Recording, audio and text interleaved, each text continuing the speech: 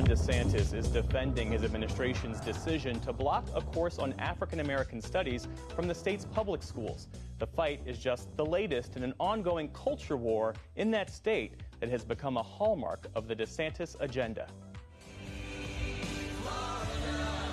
With another 4 years in office came a promise from Florida Republican Governor Ron DeSantis. Florida is where woke goes to die.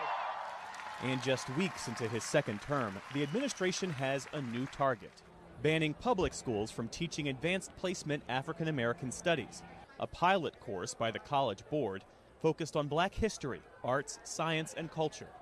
The state's Department of Education wrote this month the course significantly lacks educational value, adding that they would consider a revised curriculum with lawful, historically accurate content.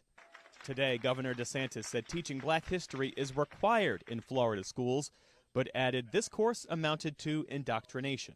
This course on black history, what's one of the lessons about? Queer theory. Now, who would say that an important part of black history is queer theory? That is somebody pushing an agenda on our kids. And so when you look to see they have stuff about intersectionality, abolishing prisons, that's a political agenda.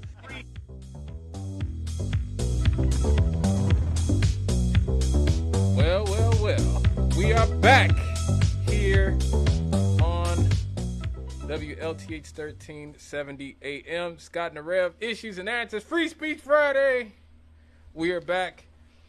And as you heard, Rev, that was Governor Ron DeSantis, because his administration has blocked a new advanced placement course on African American studies from being taught in high schools, saying it violates state law and is historically inaccurate. The state education department rejected the program in a letter last week to the College Board, which oversees advanced placement courses. Florida education officials did not specify exactly what content the state found objectionable at the time, but they have actually presented it now. Basically, the College Board website describes this course as interdisciplinary, touching on literature, arts, humanities, political science, geography, and science. The pilot program is debuting at 60 schools across the country before it expands to additional schools. Now, DeSantis, a potential 2024 presidential candidate, has opposed what he calls liberal ideologies in schools, including lessons around critical race theory, which examines systemic racism and has become a frequent target of conservatives. Last year, he signed legislation dubbed the Stop Woke Act that restricts certain race-based conversations and analysis in schools and businesses. The law bars instruction that says members of one race are inherently racist or should feel guilt for past actions committed by others of the same race, among other things. Now, DeSantis says that he's not opposed to teaching black history and said that Florida wants to teach education in a classical sense based on enduring topics rather than imposing some rote talking point on political skirmishes of the day. Now, here's where the topics of concern for DeSantis came in, Rev. Intersectionality in activism. One of the authors who was recommended is, as you got to know her, Kimberly Crenshaw. The mother. That name is the mother of intersectionality. Yeah. The study of how overlapping intersections, social identity, blah, blah, blah, that stuff. Also, he's a topic of concern was black queer studies, as he said in the piece, black queer studies. Okay. The movement for Black Lives. He also opposed on the grounds that it advocates for eliminating jails and prisons, pretrial detention, concluding the war on black, trans, queer, gender non-conforming, and intersex people. Also, the black feminist literary thought, which one of the recommended authors is Bell Hooks, a woman who was notoriously, considered by many. I'm not saying she was, but considered by many to be anti-black male. I suggest everybody read her words on the Central Park Five, on what she had to say about the Central Park Five. Especially in hindsight, looking at her words don't look good. He had a complaint about the reparations movement because he said there was no critical counter arguments, and he had a problem with the Black Study and Black Struggle in the 21st Century portion because it features Robin D.G. Kelly, who argues that activism, not the university system, is the catalyst for social change. Now, let me just say this really quick, Rev. Now, again, but when I first saw this story, I was all ready to go, here we go again, conservatives being racist, not wanting to teach the history of black people, and they're trying to ban us talking about Tulsa, Wall Street, and, the civil rights movement and slavery and all this other stuff. But he has a point about black queer studies, Rev. Intersectionality and bell hooks. Like, what does this have to do with history? What does this have to do with history? I have no idea. Other than the fact that there happens to be a small segment of the black population that is queer. Just like there happens to be a small segment of the white population that is queer. It's like 5%. Yeah. That much? Yeah, it's like, that's it, like 5%. Okay. Well, that's up, Yeah. It's up from 1%. There more. Is that because there are more women that are claiming lesbian now, or what? Well, probably. Yeah. So here's the thing. I know that the claim is, the whole thing that lady from the New York Times, the claim behind her book, 1619 Project, was that there's this history that is not taught. Right. And yet, I grew up back in the 60s, when if there was stuff that wasn't taught, it was more likely then than now that it wasn't being taught. And I knew about slavery. I knew that slavery undergirded the economy of the South in particular. I knew that the reason it was easier for the North to be anti-slavery is because their economy did not require slavery as much in order to undergird their industrial economy. In fact, their industrial economy, a bunch of black people kind of would undermine their economy because they were really trying to, keep jobs for their own. The only time they would call us to come and work in their factories is when there was a strike that needed to be broken. So, I know that the Northern whites weren't angels either, but they were anti-slavery. I knew all of this when I was a kid going to Holy Angels Cathedral School. Now, last time I checked, the Catholic Church is not a historic black church, right? Right. And when I first started going to Holy Angels, it was not an all-black school. Right. And yet I learned this stuff. I learned about the Civil War. I learned about Reconstruction. I learned about the end of Reconstruction. You learned about Reconstruction? Yes, I did. Dang, okay, all right. I learned about these things. Again, this was in the 1960s and 70s. You went to a better school than I think most of us. Here in Gary, Indiana now. Okay. All right. Now, I will grant you that over time, by the time I graduated from 8th grade, there was a larger black population there. But I don't recall any of our parents going to Holy Angels and talking to Father Grass or talking to, I can't even remember the name of the principal at the time, and saying, we need more black history taught. It was just part of the curriculum when we learned U.S. history in 7th grade. Slavery was a part of it. The black experience was a part of it. The civil rights movement, especially in the mid-1970s, that was a recent event. Mm-hmm. Martin Luther King had only been killed. I graduated from Holy Angels in 1975. Martin Luther King had only been killed 7 years before. Mm-hmm. So when I hear this, that, it's not being taught, I always find myself asking, well, what specifically is not being taught?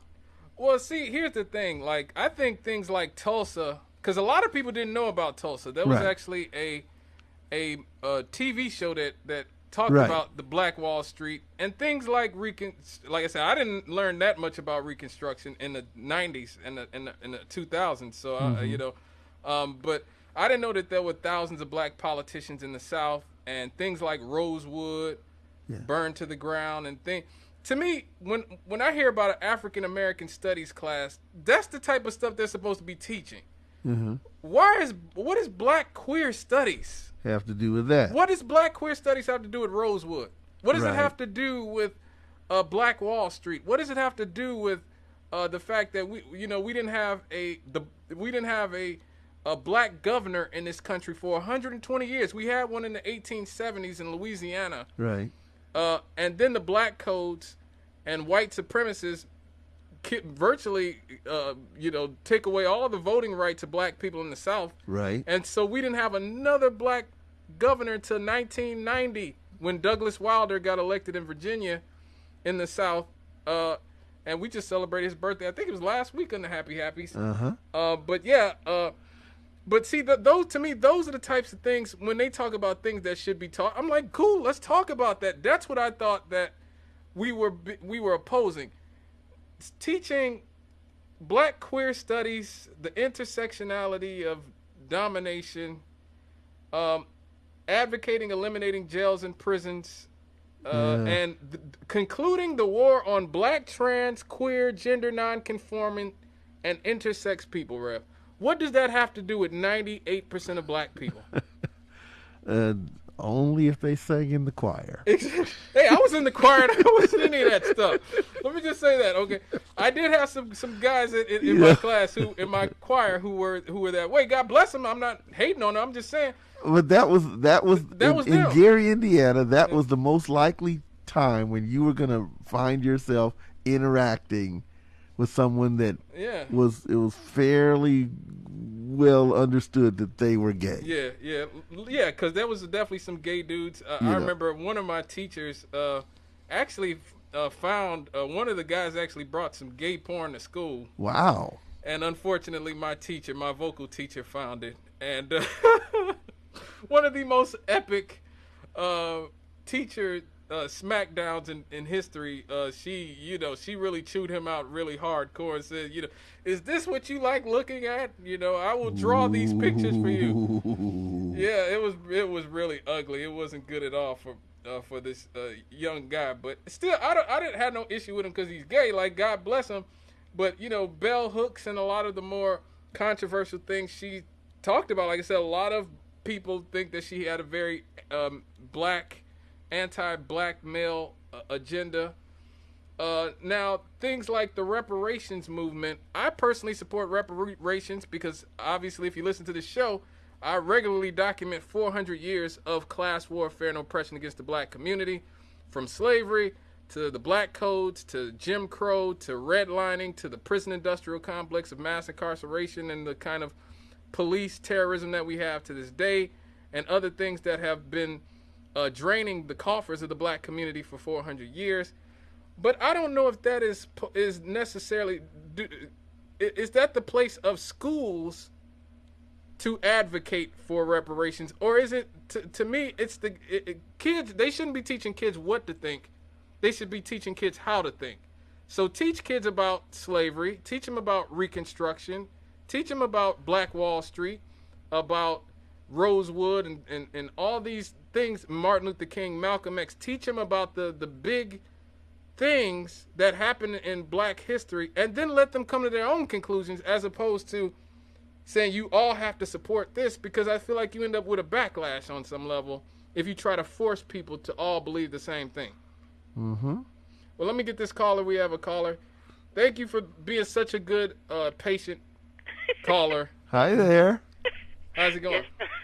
Yes, how you doing tonight, both of you all? We're good. We are good. We're always glad when you I would call. like to say to Reverend Delwyn Campbell, you're very fortunate, because I graduated in 1973 from a school in Hammond, and we were never taught anything concerning Black history. Wow.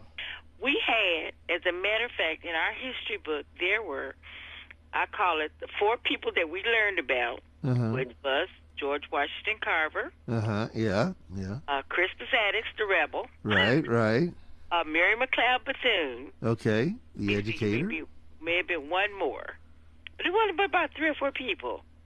As a matter of fact, I remember there were some young black gentlemen from Alabama who used to sell, they were selling history books as a ways of helping to support their education at going to school down south. And I bought black encyclopedias from them. Okay. That's where I learned a lot of things. And then, too, when I went to Indiana University Northwest, I was inquiring about what happened to, like some of the people in, like in the Bible that you hear about, the Amalekites, the Jews, all of those kinds of folks. I asked, well, what happened to them? You don't hear about these folks. So one of my professors, he said, come to minority studies. And I promise you, I learned a lot about black history in college because it was not taught truly, honestly. I never heard about Black Wall Street, as you mentioned, until I was at Indiana University. Rosewood, until I was at Indiana University. I'm just saying there was a lot of things that we just were not taught. You're fortunate if you... I was going to say earlier, I didn't learn about Tulsa, actually, until I was an adult. Okay. And I did not learn it in any sort of academic setting at all. I learned about that probably through Facebook.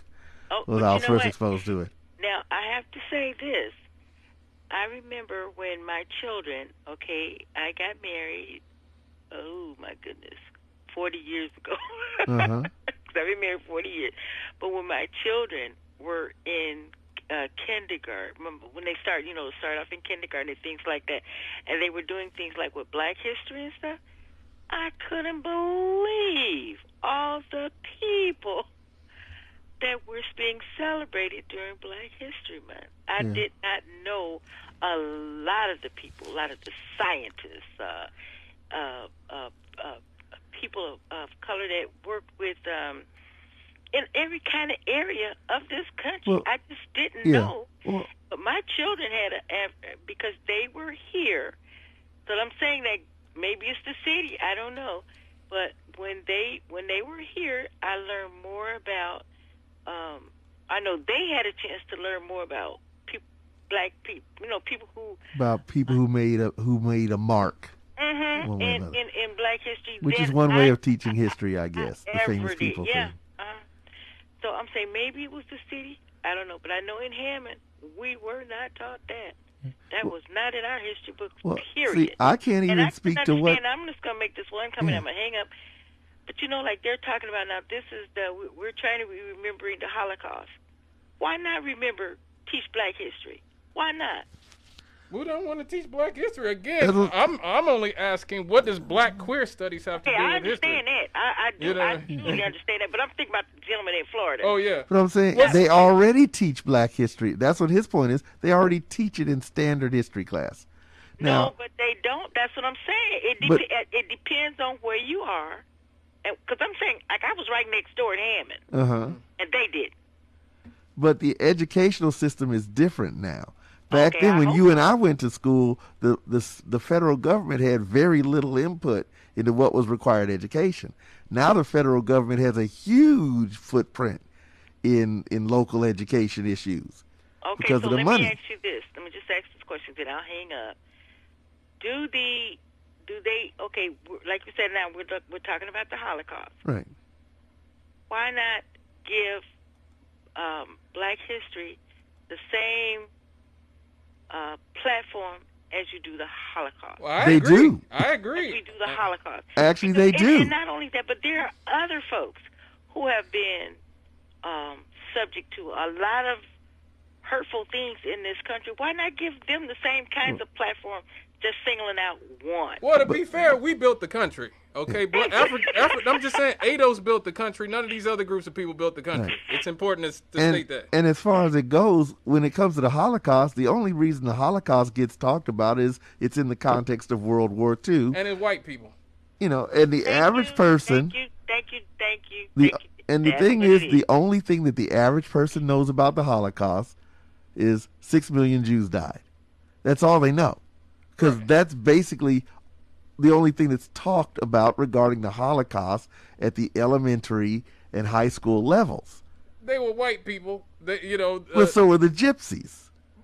Well, so were the people who were insane. So were the people that had physical. I mean, the Germans killed a whole bunch of people. Whoever wasn't what they considered to be perfect, Aryan German people were potentially on the chopping block. That's what I'm saying. That's why we hate Hitler and the Germans. We don't hate King Leopold. He killed 10 million Africans a few decades earlier, right? In Namibia and in the Congo. I'm sorry, in the Belgian Congo and stuff like that. Now, see, that's what I would want if we were going to talk not necessarily African American stuff, but I'm saying like you said, talk about the Holocaust. We don't talk about King Leopold the way we talk about Hitler, right? Even though he killed 10 million people himself. And so that's what I'm saying. When we talk about black history, and I guarantee you when they talk about Jewish history, the Holocaust, they're not talking about Jew queer theory, or they're not talking about the intersectionality of feminism of Anne Frank or something. Like, I guarantee you for the most part, they talk about this is what happened to the Jews. This is all the bad things that happened to the Jews. Right. They are not going to water it down to let white liberals and the colored people who love them sort of snake their agendas into that stuff. You're not going to water down the Jews' agenda, but they will water down black people's agenda. That's the issue I have. All right. Take care. All right. Now, thank you for your call. Call back anytime, sister. Anytime. We like to hear you. Absolutely. And that's the issue I have.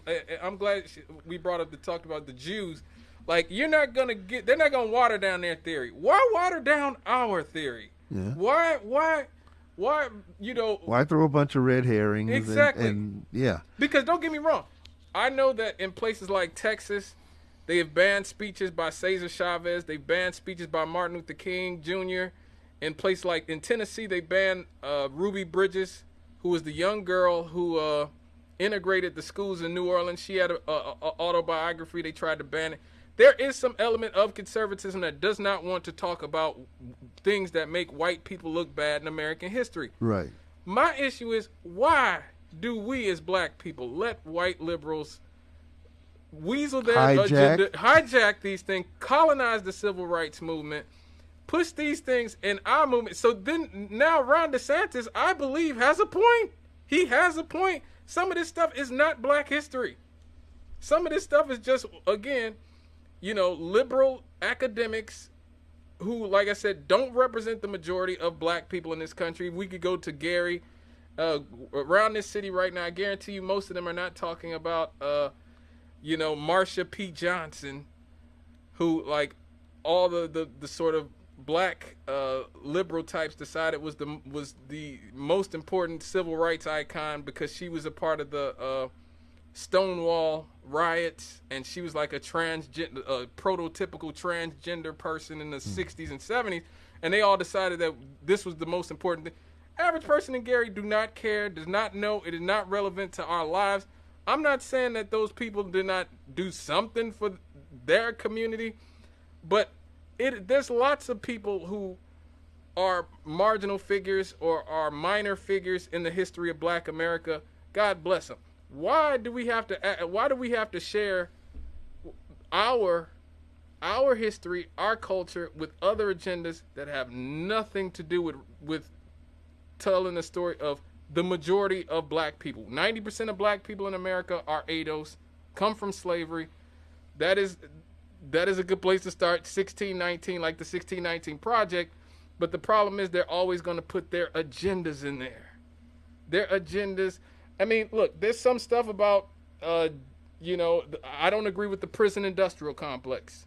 I don't agree with that at all. I don't agree with mass incarceration. It's one of the reasons why I could not vote for somebody like Joe Biden and Kamala Harris, who are two very responsible people in the prison industrial complex. But I don't necessarily think it's the school's job to tell kids that we should eliminate jails and prisons and pretrial detention and conclude the war on black, trans, queer, gender nonconforming, and intersex people. Like, what? Like, what? What is, like, we are the only people, once again, who always, our agenda is hijacked. Now, here's the thing. Liberals try to do that with the, have you seen Latinx? They've tried to do the Latinx. Every time they come with the Latinx stuff, Latinos roundly reject it. You can go on Twitter, you can go anywhere. Latinos are not messing with Latinx. 40% have said they are offended by the term. Spanish is a gendered language. They say deal with it. Yep. Spanish is a gendered language. Deal with it. In Spanish, table is la mesa. It is feminine. Cat is el gato is cat, male. You're just going to have to live with that. Mm-hmm. You're not going to de-gender. It's actually a form, they consider it a form of colonization in itself to try to de-gender their language. Yeah, de-gender their language. And this is what black people need to do. Stop letting these people push their agendas in black and hide it as black history. Because again, all they're doing is giving people who don't want to talk about black history at all an excuse not to talk about black history. That's all they're doing. Mm-hmm. So now you can ban the speeches from Martin Luther King and from Ruby Bridges and all these other people, because now we got to have the intersectionality woke outrage police put their spin and agenda on everything. I hear you, Doc. It's almost as if to hear them tell it before they showed up, we were all dumb. Right. Like I said, I didn't know about Tulsa, but when I heard about Tulsa, it reinforced what I already did know. It didn't shock me. Right. Because it was consistent with what I knew about racism already from what I had learned about it. There's probably a lot about white history I don't know. Mm-hmm. I can assure you there's a lot about Italian history I don't know. And there's tons of stuff I don't know about the native tribal groups' history in this country. I don't know about it. But I know about black history, and one of the reasons I know about black history is because, well, my parents bought the Ebony, book of Negro history. Yeah. My parents bought the autobiography of Malcolm X. My parents bought. In other words, folks, it's particularly you all that have children or nephews and nieces, the school district is not going to buy every book that's out there about anything. And so if you want your kids to have more specialized knowledge about something, you want to know the easy way to make that happen? Get the book.